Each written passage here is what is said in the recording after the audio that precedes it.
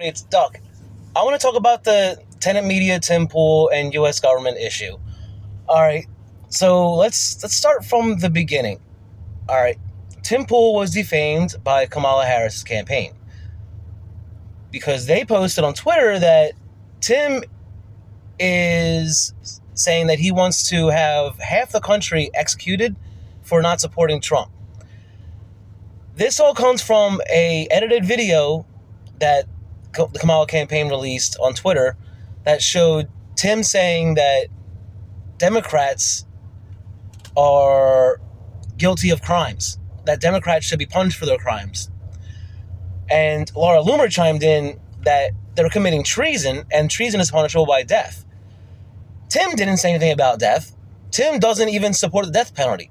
In fact, he thinks that the U.S. government or any government should have no say and no finger on the scales of whether or not someone should live or die, because a lot of the times they have people falsely on death row who are innocent or who have been charged for the death penalty and didn't deserve the death penalty, deserve life or whatever.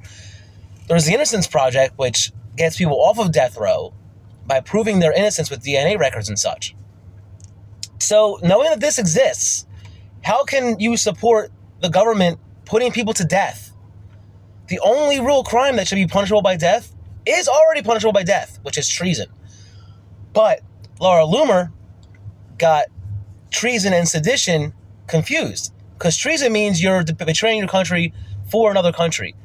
But sedition means you're working against your country, not for another country.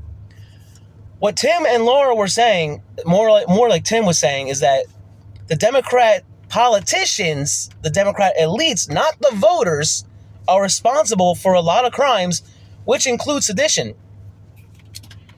And Tim was saying that if Trump gets into office, then there should be legal investigations to see if they did commit sedition or treason. There should be legal investigations which lead to legal trials if they find enough evidence, a preponderance of evidence. So there should be a trial for that. And if they're found guilty, they should be punished by whatever is prescribed by the legal system. So if they're found guilty of treason, I'm sorry, but the punishment for treason has always been death. But no one's charging them for treason. No one's even considering that they're committing treason. What Tim was talking about is sedition. The punishment for that is not death. It's years in prison. So also, Tim doesn't even believe in the death penalty, because he thinks that the government should have no say over whether someone lives or dies, because they get it wrong too often. We have the Innocence Project, which exists, that gets people off of death row by proving them innocent with evidence, especially DNA evidence. That wouldn't exist if the government was always right about who should live and who should die. So there should be no death penalty. Government should not decide who should live or who should die. That's what Tim was saying. So he wasn't calling for genocide for half the country, or a little more than half the country, since I think Democrats make up about 52% or 55% of the country. That's the voters. He wasn't saying the voters should all be hunted down and killed. Wasn't saying that. So Tim is fighting the Kamala campaign for defamation, because that's what it is. When you're knowingly spreading lies about someone that could cause harm. Telling the entire country that Tim Pool wants half the country to be murdered and thrown in mass graves. That could cause some of the violent people that oppose him to come out and come after him. And he's been swatted at least 18 times. He's had death threats. People have attacked him. Okay, so let's not pretend that Tim is under no threat, especially when you're saying the most extreme things and pushing out clips that make it seem like he actually supports what you're saying. And there's that. Immediately after he announced that he's planning on suing the Kamala campaign, the DOJ goes after tenant media, which Tim has the culture war license out to. Notice I said license out to. Tim Pool does not work for tenant media. He only licenses out one show to that company. Immediately after the two that were involved, that were deemed Russian assets and were committing crimes with money laundering and such like that, when they were found out and caught, Tim took his videos and started posting them back on his channel. So I guess he's like rescinding the license to it. And then immediately after that, Tenant Media said in a private message to their employees that they're closing up shop, and now Tenant Media no longer exists. So Tenet Media is gone. Tim Pool is still releasing the culture war on his channel.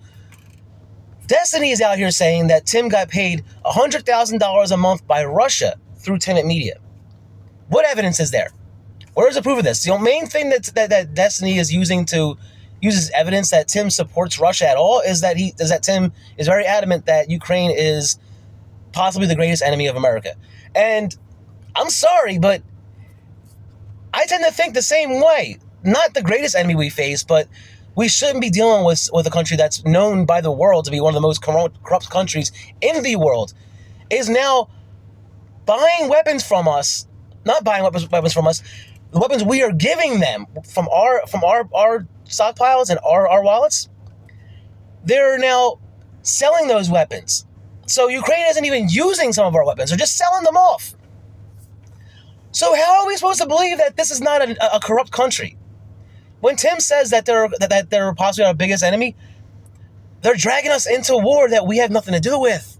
They're taking our money and our assets, our military assets. How is that not bad for us? So yeah, sorry if I stand by what Tim says about that. I'm not fully on board with them being the greatest enemy we have, but they're not our friend. They really aren't. But yeah, I just can't see how Tim is a Russian asset, how Tim is being paid $100,000 a month without any evidence proving it, and also how Tim is owned by the Tenet Media Group when Tim owns the Timcast Media Group and only licensed it out one show. So someone make sense about all this. Tell me if I'm mistaken about anything. Just help me out here, all right? Thanks, guys.